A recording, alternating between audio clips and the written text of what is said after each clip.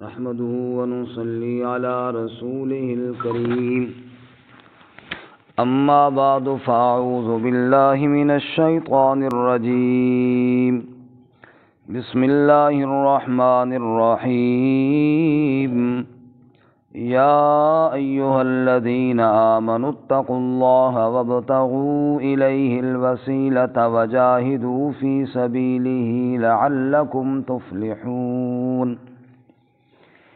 إن الذين كفروا لو أن لهم ما في الأرض جميعا ومثله معه ليفتدوا به من عذاب يوم القيامة ما تقبل منهم ولهم عذاب أليم يريدون أن يخرجوا من النار وما هم بخارجين منها وَلَهُمْ عَذَابٌ مُقِيمٌ یا ایھا الذین آمنوا اے ایمان والو اتقوا اللہ ڈرو اللہ تعالیٰ سے وابتغوا الیہ الوسیلہ اور تلاش کرو اس کی طرف قربت وجاہدوا فی سبیلہ اور جہاد کرو اس کی راہ میں لعلکم تفلحون تاکہ تم کامیاب ہو جاؤ ان الذین کفروا بے شک وہ لوگ جنہوں نے کفر کیا لو ان لہم ما فی الارض جمیعا اگر بے شک ان کے لیے ہو جائے جو کچھ زمین میں ہے سارے کا سارا ومثلہ معہ اور اس جیسا اس کے ساتھ اور بھی لیفتدوا بہ من عذاب یوم القیامہ تاکہ بدلہ دیں اس کے ذریعے قیامت کے دن کے عذاب سے ما تقبل منہم نہ قبول کیا جائے گا ان سے وَلَهُمْ عَذَابٌ أَلِيمٌ اور ان کے لیے دردناک عذاب ہے یریدون ان یخرجوا من النار ارادہ رکھتے ہیں کہ نکل جائیں وہ آگ سے لیکن وَمَا هُمْ بِخَارِجِينَ مِنْهَا وہ نہیں نکلنے والے اس سے وَلَهُمْ عَذَابٌ مُقِيمٌ اور ان کے لیے عذاب ہے قائم رہنے والا سبحان ربک رب العزت عما یصفون وسلام علی المرسلین والحمد للہ رب العالمین اللهم صل علی محمد وعلى آل محمد كما صليت على إبراهيم وعلى آل إبراهيم إنك حميد مجيد اللهم بارك على محمد وعلى آل محمد كما باركت على إبراهيم وعلى آل إبراهيم إنك حميد مجيد معزز سامعین سورۃ المائدہ کا چھٹا رکوع آیت نمبر 35، 36 اور 37 آپ کے سامنے تلاوت کی ہیں۔ رب العالمین ان کے مطابق صحیح بیان کی توفیق عطا فرمائے اور ہمیں قرآن و سنت پر عمل کرنے کی توفیق عطا فرمائے۔ اس سے قبل آپ نے سنا کہ بنی اسرائیل کو جہاد کا حکم دیا تو انہوں نے انکار کیا اور قابیل نے حابیل کو ناحق قتل کیا، اس لیے اللہ تعالیٰ نے جہاد کا حکم نازل فرمایا تاکہ ظالم کے ظلم کو روکا جائے۔ آج کے سبق میں اہل ایمان کو نیک اعمال میں خصوصاً جہاد میں آگے بڑھنے کی ترغیب دی گئی ہے۔ یا ایھا الذین آمنوا اتقوا اللہ وابتغوا الیہ الوسیلہ وجاہدوا فی سبیلہ لعلکم تفلحون اے ایمان والو اللہ کا تقوی اختیار کرو، اللہ سے ڈرو، چونکہ اللہ کا ڈر اور تقوی یہ تو بنیاد ہے جس کا حکم قرآن پاک میں کئی جگہ دیا گیا کہ تقوی والے ہی کامیاب ہوں گے۔ فرمایا کہ سارعوا الی مغفرۃ من ربکم وجنۃ عرضها السماوات والارض اعدت للمتقین، وہ جنت جس کی بڑی وسعت ہے اور اللہ تعالیٰ نے وہ تیار کیا تو تقوی والوں کے لیے کی ہے۔ اللہ ہمیں تقوی نصیب فرمائے۔ تقوی کا معنی ہوتا ہے بچنا۔ حضرت عمر رضی اللہ تعالیٰ عنہ نے حضرت ابی بن کعب رضی اللہ تعالیٰ عنہ سے پوچھا کہ یار یہ تقوی کا آسان مفہوم کیا ہے؟ تو حضرت ابی بن کعب نے فرمایا امیر المومنین کہ کبھی آپ ایسے راہ سے گزرے ہوں کہ جس کے دونوں طرف جھاڑیاں ہوں کانٹے دار اور بیچ میں چھوٹا سا راستہ ہو. فرمایا کئی دفعہ گزرا ہوں. تو کہا کیسے گزرتے ہو؟ کہا جی کپڑے سمیٹ کر اور سمٹ کر. فرمایا بس اسی چیز کا نام تقویٰ ہے. کفر ہے، شرک ہے، بدعات ہیں، رسومات ہے، گناہ ہیں، کبیرہ صغیرہ، یہ سب کانٹے ہیں، اور ان سے اپنا دامن بچا بچا کے گزرنا، اس چیز کا نام کیا ہے؟ تقویٰ ہے. اور اس حدیث سے ایک بات یہ بھی سمجھ میں آئی کہ بڑا بھی چھوٹے سے بات پوچھ سکتا ہے. کوئی علم کی بات پوچھنے میں کوئی شرم والی بات نہیں ہے. امیر المومنین عمر رضی اللہ تعالیٰ عنہ کا درجہ تو بہت بڑا ہے، اور وہ امیر المومنین میں ہیں، اور ابی ابن کعب ان کے مقابلے میں درجے میں تو کم ہے، لیکن حضرت عمر ان سے مسئلہ پوچھ رہے ہیں اور وہ آگے سمجھا رہے ہیں. تو علم کی بات پوچھنے میں کوئی شرم نہیں ہے. حضرت امام ابو حنیفہ رحمۃ اللہ علیہ سے کسی نے پوچھا کہ اللہ تعالیٰ نے آپ کو علم کیسے عطا فرمایا؟ تو انہوں نے فرمایا دو باتوں کی وجہ سے. نمبر ایک، میں نے علم سیکھنے میں شرم نہیں محسوس کی. علم سیکھنے میں شرم نہیں محسوس کی. میں نے یہ نہیں کہا کہ یہ چھوٹا ہے، ہر ایک سے بات پوچھی ہے. نمبر دو، علم سکھانے میں بخل نہیں کیا. اگر کسی نے مجھ سے بات پوچھی ہے تو میں نے یہ نہیں کہا میں نہیں بتاتا بھائی، نہ، میں نے بتائی ہے. علم سیکھنے میں شرم نہ کرو، علم سکھانے میں بخل نہ کرو، تو پھر اللہ تعالیٰ علم عطا فرماتے ہیں. برکت یا ایھا الذین آمنوا اتقوا اللہ وابتغوا الیہ الوسیلہ. اے ایمان والو، اللہ تعالیٰ سے ڈرو اور اس کی طرف وسیلہ یعنی اس کی قربت تلاش کرو. تقویٰ میں اللہ تعالیٰ، تقویٰ تو روح ہے لیکن اس میں تھوڑا خطرہ ہے، ڈر ہے. اللہ سے ڈرو، ایک ڈر ہے نا اس میں. وابتغوا الیہ الوسیلہ، اس کا قرب ڈھونڈو. مطلب اس کا وہ ڈرنا مراد نہیں کہ تم اللہ سے دور ہی ہو جاؤ ڈر کے. فرمایا نہیں، یہاں پہ ڈرنے سے مراد یہ ہے کہ اللہ کی نزدیکی حاصل کرو، اللہ کا قرب حاصل کرو. یہاں پہ یہ لفظ وسیلہ پہ تھوڑی بات عرض کروں کہ بعض دفعہ ہمارے ہاں کئی مغالطہ یہ لگ جاتا ہے کہ عربی کے لفظ کو ہم اردو والا سمجھ لیتے ہیں. مثال کے طور پہ آپ دیکھیے نا جی، ایک لفظ ایسا ہوتا ہے جس کا عربی اور اردو میں ایک جیسا ہی معنی ہوتا ہے. ایسے کئی الفاظ ہیں، لیکن بعض الفاظ ایسے ہیں کہ جن کے معنی میں بڑا فرق ہوتا ہے. مثال کے طور پہ ذلیل، اب ہمارے ہاں اردو میں تو گھٹیا کمینے آدمی کو کہتے ہیں، جبکہ عربی میں محض کمزوری کو کہتے ہیں، کمزور کو. قرآن پاک میں ہے وَلَقَدْ نَصَرَكُمُ اللَّهُ بِبَدْرٍ وَأَنْتُمْ أَذِلَّةٌ. صحابہ بدر والے جو بڑے عظیم صحابہ کرام ہیں، اللہ ان سے کہہ رہے ہیں کہ اے بدر والو، میں نے تمہاری مدد کی. وَأَنْتُمْ أَذِلَّةٌ. اب یہ اردو والا نعوذ باللہ ذلیل معنی کرے تو کتنا معنی غلط بن جاتا ہے. وہاں پہ معنی کیا ہے کہ تم کمزور تھے. تم کیا تھے؟ کمزور تھے. تم کمزور تھے. ہمارے ہاں تو اس کا معنی پتہ نہیں کیا بن جاتا ہے. سمجھ آ رہی ہے نا؟ ایسے ہی عربی الفاظ اور ہے اور اردو میں اور ہے. ہمارے ہاں اردو میں کہتے ہیں جناب وسیلہ، کہ کسی بڑے افسر سے ملنا ہو تو جناب اس کے فلاں اس کے جناب کسی خادم سے ملو تو بس اس نے مجھے وہاں تک پہنچا دیا. اسی لفظ سے ہم نے پھر یہ آگے لمبے چوڑے فلسفے ایجاد کر لیے. بھائی جی ہم تو گناہ گار ہیں، ہم تو اللہ تعالیٰ سے دعا مانگ نہیں سکتے، اس لیے ہم نے کسی اور کو کہنا ہے، پھر آگے وہ اللہ تعالیٰ سے کہے گا. یہ اصل لفظ وسیلہ اردو اور عربی کا معنی نہ سمجھنے میں مغالطہ لگا اتنا بڑا. حالانکہ اللہ کے ہاں نزدیکی حاصل کرو. اور اگلی جملہ ساتھ پڑھو تو مسئلہ بالکل کھل جاتا ہے. تینوں باتوں کو ملاؤ نا. پھر دیکھو جی، اتقوا اللہ، اللہ سے ڈرو. وابتغوا الیہ الوسیلہ، اس کا قرب حاصل کرو. وجاہدوا فی سبیلہ، یعنی اس کی راہ میں جہاد کرو، یعنی اس کی راہ میں جہاد کرو. لعلکم تفلحون، یقیناً تم کیا ہو جاؤ گے؟ کامیاب ہو جاؤ. باقی اس میں ایک وہ حدیث بھی ہے کہ رسول اللہ صلی اللہ علیہ وسلم کو جو مقام ملے گا نا، مقام محمود، اس کو مقام وسیلہ بھی کہتے ہیں. کیونکہ یہ ذہن میں آ گیا نا کہ قربت. تو قیامت والے دن جب نفسا نفسی کا عالم ہوگا تو رحمت کائنات صلی اللہ علیہ وسلم مقام وسیلہ پر ہوں گے، یعنی اللہ کے قریب ہوں گے، اور پھر سر سجدے میں رکھ کر اللہ کی تعریفیں کریں گے. پھر اللہ تعالیٰ کا غضب ٹھنڈا ہوگا. پھر رب العالمین فرمائیں گے میرے محبوب سر اٹھاؤ سجدے سے اور سوال کرو، آپ کو عطا کیا جائے گا.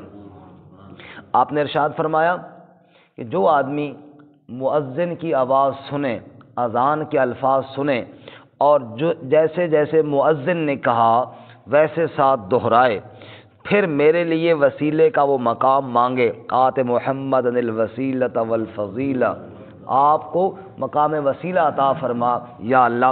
اسی لیے اس کے آخر میں الفاظ ہے نا کہ یا اللہ، اللہ کے نبی کو وہ مقام عطا فرما الذی وعدتہ، جس کا تو نے ان سے وعدہ کیا ہوا ہے، جس کا تو نے ان سے وعدہ فرمایا، جو میرے لیے اذان کے بعد درود پڑھے اور پھر یہ دعا میرے لیے مانگے تو میں انشاءاللہ اس کے لیے سفارش کروں گا۔ تو یہ ہے قربت، اللہ تعالیٰ کی قربت۔ اب بعض علماء نے یہاں پہ ایک اور بات بھی لکھی ہے کہ وہ جو مقام وسیلہ ہے نا، جو آپ صلی اللہ علیہ وسلم کی ہے، جو مقام محمود بھی جس کو کہتے ہیں، دوسرے مقام پہ اللہ فرماتے ہیں عسیٰ ان یبعثک ربک مقام محمودا، اللہ آپ کو مقام محمود پر کھڑا کرے گا۔ وہ جو مقام ہے نا، اس کے پھر آگے کئی درجات ہیں، سب سے اونچا درجہ تو اللہ کے نبی کو ملے گا صلی اللہ علیہ وسلم۔ جیسے یہ ممبر ہے، ممبر تو ایک ہی ہے نا، لیکن اس کے سٹیپ 3 ہیں، ایسے ہی مقام محمود جو ہے وہ مقام تو ایک ہی ہے لیکن اس کے درجات ضرور ہیں۔ سب سے اعلیٰ اور سب سے اونچا درجہ تو رسول اللہ صلی اللہ علیہ وسلم کا ہے۔ باقی جتنا کوئی پھر اللہ تعالیٰ کی قربت اختیار کرے گا اور اس کو کچھ نہ کچھ حصہ ضرور ملے گا، کوئی جناب اس کے بالکل قدم تک پہنچے گا، کوئی تھوڑا اونچا پہنچ جائے گا، کوئی کہاں تک پہنچے گا، سب سے اعلیٰ درجہ تو رسول اللہ صلی اللہ علیہ وسلم کا ہے نا۔ تو فرمایا وابتغوا الیہ الوسیلہ، تم بھی کوشش کرو تاکہ اس کے قریب ہو جاؤ، تم بھی کوشش کرو تاکہ اس کے قریب ہو جاؤ۔ وجاہدوا فی سبیلہ، اور کوشش کا طریقہ جہاد کرو، محنت کرو اس کی راہ میں، لعلکم تفلحون، تاکہ تم کامیاب ہو جاؤ۔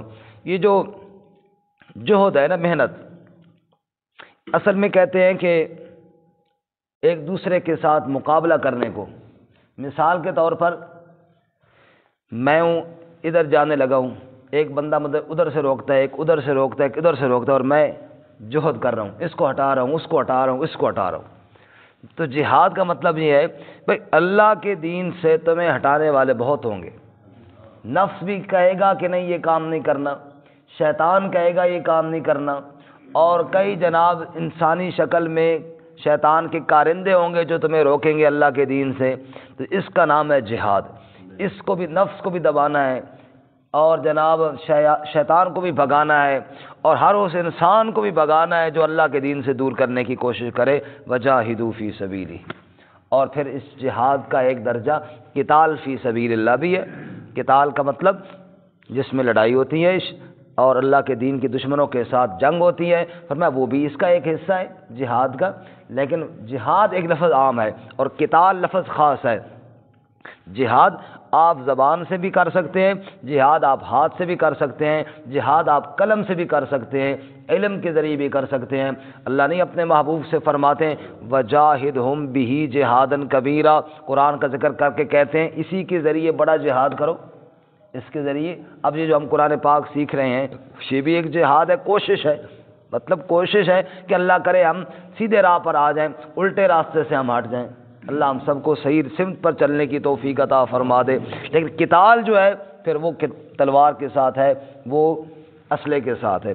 بلکہ فرمایا وجاہدوا فی سبیلہ، اللہ کی راہ میں جہاد کرو، اور اللہ کی راہ میں چلنے سے جو تمہیں روکے اس کو ہٹاؤ، اور کہو نہیں میں نے اللہ ہی کی جانب جانا ہے، وہی میری منزل ہے، وہی میرا مقصود ہے، میں نے اپنے رب کے پاس من کان یرجو لقاء ربہ فلیعمل عملا صالحا ولا یشرک بعبادۃ ربہ احدا۔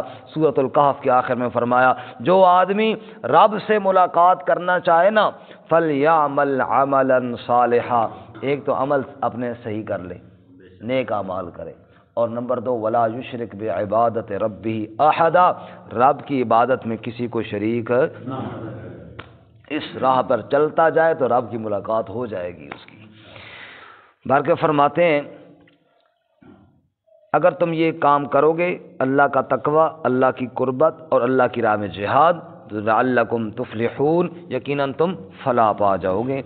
اب اگر یہ کام نہیں کرو گے اور کفر کرو گے تو پھر خسارہ ہی خسارہ ہے، پھر نقصان ہی نقصان ہے۔ اس لیے آگے فرماتے ہیں ان الذین کفروا، بے شک وہ لوگ جنہوں نے کفر کیا، لو ان لہم ما فی الارض جمیعا، اگر ان کے پاس اتنا مال ہو جو کچھ زمین میں ہے سارے کا سارا، دیکھو ایمان کی قیمت کا اندازہ لگانا، اگر یہ ساری دنیا میں جتنا مال ہے کافر کو دے دیا جائے، وَمِثْلَهُ مَعَهُ اور اس جیسا ساتھ اور بھی دے دیا جائے، پوری دنیا کے خزانے، یہ نہیں کہ کسی بڑے بادشاہ کے خزانے، اس میں سارے بادشاہوں کے خزانے آ گئے، اس میں سارے وزراء اور امیر طبقے کے خزانے آ گئے، اس میں وہ خزانے بھی آ گئے جو ابھی تک چھپے ہوئی ہیں، وہ سونے کی کانیں اور وہ جناب معدنیات جو زمین میں چھپی ہیں ابھی کسی کو پتہ نہیں، وہ بھی آ گئی۔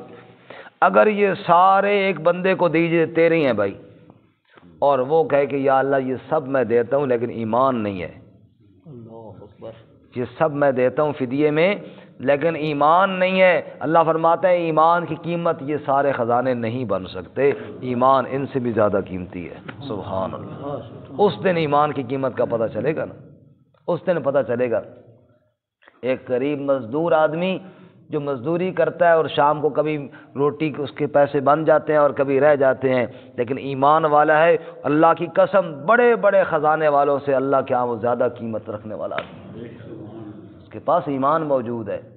اللہ فرماتے سنو، جنہوں نے کفر کیا، لو ان لہم ما فی الارض جمیعا، زمین میں جو کچھ بھی خزانے ہیں سب ان کو دے دیے جائیں، وَمِثْلَهُ مَعَهُ اس کے ساتھ اس جیسے اور بھی شامل کر کے دے دیے جائیں، لِيَفْتَدُوا بِهِ تاکہ وہ فدیہ دے، تاکہ وہ بدلہ دے، من عذاب یوم القیامہ قیامت کے عذاب سے۔ فرمایا ما تقبل منہم یہ خزانے قبول نہیں کیے جائیں گے، بلکہ وَلَهُمْ عَذَابٌ علیم ان کے لیے دردناک عذاب ہوگا۔ اس سے اندازہ لگاؤ قیمت ایمان کی کہ کتنا قیمتی ایمان ہے، کہو الحمدللہ۔ اللہ نے ہمیں ایمان دی ہے اور اللہ ہمیں ایمان پر ہی مرتے دم تک قائم رکھے، آمین۔ اس سے بڑی اور کوئی دولت نہیں۔ اور سورہ آل عمران میں فرمایا، تقریباً اسی کے ساتھ ملتی جلتی آیت ہے لیکن اس میں تھوڑے الفاظ اور ہیں وہ بھی عرض کر دوں۔ فرمانا کہ لو ان لہم ملء الارض ذہبا، یہاں میں فرمایا ما فی الارض جمیعا، وہاں فرمایا ملء الارض ذہبا، یہ زمین ساری سونے سے بھر دی جائے اور وہ ان کو دی جائے اور وہ فدیے میں پیش کرے تو قبول نہ ہوگی۔ ساری زمین سونے سے بھر دی، سونا پتہ کرو نا ایک تولہ، تب بندے نے بالکل دماغ ٹھکانے آ جانا، پوری زمین سونے سے بھر دی جائے اور پھر وہ بندہ مالک ہو اور وہ کہے کہ یا اللہ بس یہ سب میں خیرات کرتا ہوں تیرے نام پہ، ایمان صرف نہیں ہے۔ فرمایا نہ، ایمان چاہیے، ایمان نہیں ہے تو ہلاکت ہے، ایمان نہیں ہے تو جہنم ہے، ایمان ہے تو پھر اعمال کی قبولیت بھی ہے۔ ایمان کی مثال تو روح کی طرح ہے اور اعمال کی مثال باقی اعضاء کی طرح ہے۔ جیسے انسان کا روح ہے تو اعضاء کام کرتے ہیں، آنکھ دیکھتی ہے، کان سنتا ہے، پاؤں چلتے ہیں، ہاتھ پکڑتے ہیں، اور روح نکل گیا تو بیت ہے، اب غسل اور لوگ دیں گے، کپڑے اور لوگ اتاریں گے، کفن دوسرے پہنائیں گے، کندھے پہ اٹھا کر تو لے جائیں گے، خود ایک قدم نہیں چل سکتا۔ اس لیے ایمان نہیں تو اعمال گئے۔ ایمان کی قیمت اللہ بتا رہے ہیں، ساری کائنات اور اس کے خزانے بھی ایمان کی قیمت نہیں بن سکتے۔ یریدون پھر وہ دوزخ میں ڈالے جائیں گے اور ارادہ رکھیں گے کہ ان یخرجوا منہا وہاں سے نکلیں، دوزخ سے نکلنے کی بڑی کوشش کریں گے لیکن وما هم بخارجین منہا نکل نہ سکیں گے، وہاں سے نکل نہ سکیں گے۔ قرآن کہتا ہے کبھی بلائیں گے جہنمی اہل جنت کو، سورہ اعراف میں ہے ونادا اصحاب النار اصحاب الجنہ، جہنمی کبھی جنتیوں کو بلائیں گے شفیق صاحب اور ان سے کہیں گے ان افیضوا علینا من الماء او مما رزقکم اللہ، کوئی پانی کا گھونٹ پھینکو، کوئی جو رزق کھا رہا ہے اس میں سے لقمہ ہمیں بھی کھلاؤ۔ وہ جواب میں کہیں گے ان اللہ حرمہما علی الکافرین، اس رزق کو اللہ نے کافروں پر حرام کیا ہے، ہم کیسے تمہیں کھلائیں، لہذا نہیں ملے گا، نہ پانی کا گھونٹ ملے گا نہ کھانے کا کوئی لقمہ ملے گا۔ پھر قرآن کہتا ہے داروغہ جہنم کو کہیں گے، داروغہ جہنم کا نام مالک ہے، کیا ہے؟ مالک۔ جنت کے داروغے کا نام رضوان ہے اور جہنم کے داروغے کا نام مالک۔ وَنَادَوْا يَا مَالِكُ لِيَقْضِ عَلَيْنَا رَبُّكَ، اس مالک فرشتوں کو آواز دیں گے اور کہیں گے تو رب کے آگے گزارش کر کہ ہمیں تھوڑی مہلت ملے، ایک بار تو ہمیں یہاں سے نکالے، اور کہیں گے یخفف عنا یوما من العذاب، چلو نہ نکالے، کوئی تھوڑا عذاب ہلکا کر دے۔ وہ جواب میں کہے گا قال انکم ماکثون، چپ کر کے پڑے رہو، یہی تمہارا ٹھکانہ ہے، بولنے کی اجازت نہیں تمہیں۔ پھر تیسری بات، رب کو پکاریں گے، ربنا اخرجنا، اے ہمارے رب ہمیں نکال، فإن عدنا فإنا ظالمون، اب اگر تیری نافرمانی کی تو بڑے ظالم ہوں گے، اب نہیں کریں گے یا اللہ، اب جو کہے گا اس پہ عمل کریں گے۔ غلبت علینا شقوتنا، بدبختی غالب آئی تھی جو تیری بات ہم نے نہ مانی، اے اللہ اب رحم فرما۔ اللہ فرمائیں گے اخسؤ فیہا ولا تکلمون، دفع ہو جاؤ، میرے ساتھ کلام نہ کرو، میرا کلام تمہارے پاس گیا تھا، تم نے اس کو نظر انداز کیا، اب کس منہ سے کہتے ہو کہ جناب اب ہم عمل کریں گے؟ چپ کر کے پڑے رہو۔ اللہ تعالی ہماری حفاظت فرمائے۔ فرمایا یریدون ان یخرجوا منها، ارادہ تو کریں گے وہاں سے نکلنے کا، ان یخرجوا من النار، کہ آگ سے نکل جائیں، لیکن وما هم بخارجین منها، وہ آگ سے نکلنے والے نہیں ہیں، ولہم عذاب مقیم، اور ان کے لیے قائم رہنے والا عذاب ہے۔ اللہ تعالی ہمیں اس سے محفوظ فرمائے۔ ترجمہ دوبارہ سن لیں۔ یا ایھا الذین آمنوا اتقوا اللہ، اے ایمان والو ڈرو اللہ تعالیٰ سے، وابتغوا الیہ الوسیلہ، اور تلاش کرو اس کی طرف قربت، وجاہدوا فی سبیلہ، اور جہاد کرو اس کی راہ میں، لعلکم تفلحون، تاکہ تم فلاح پا جاؤ۔ ان الذین کفروا، بے شک وہ لوگ جنہوں نے کفر کیا، لو ان لہم ما فی الارض جمیعا، اگر بے شک ان کے لیے جو کچھ زمین میں ہے سارا ہو جائے، ومثلہ معہ، اور اس کے ساتھ اتنا اور بھی ہو جائے، لیفتدوا بہ من عذاب یوم القیامہ، تاکہ وہ بدلہ دیں قیامت کے دن کے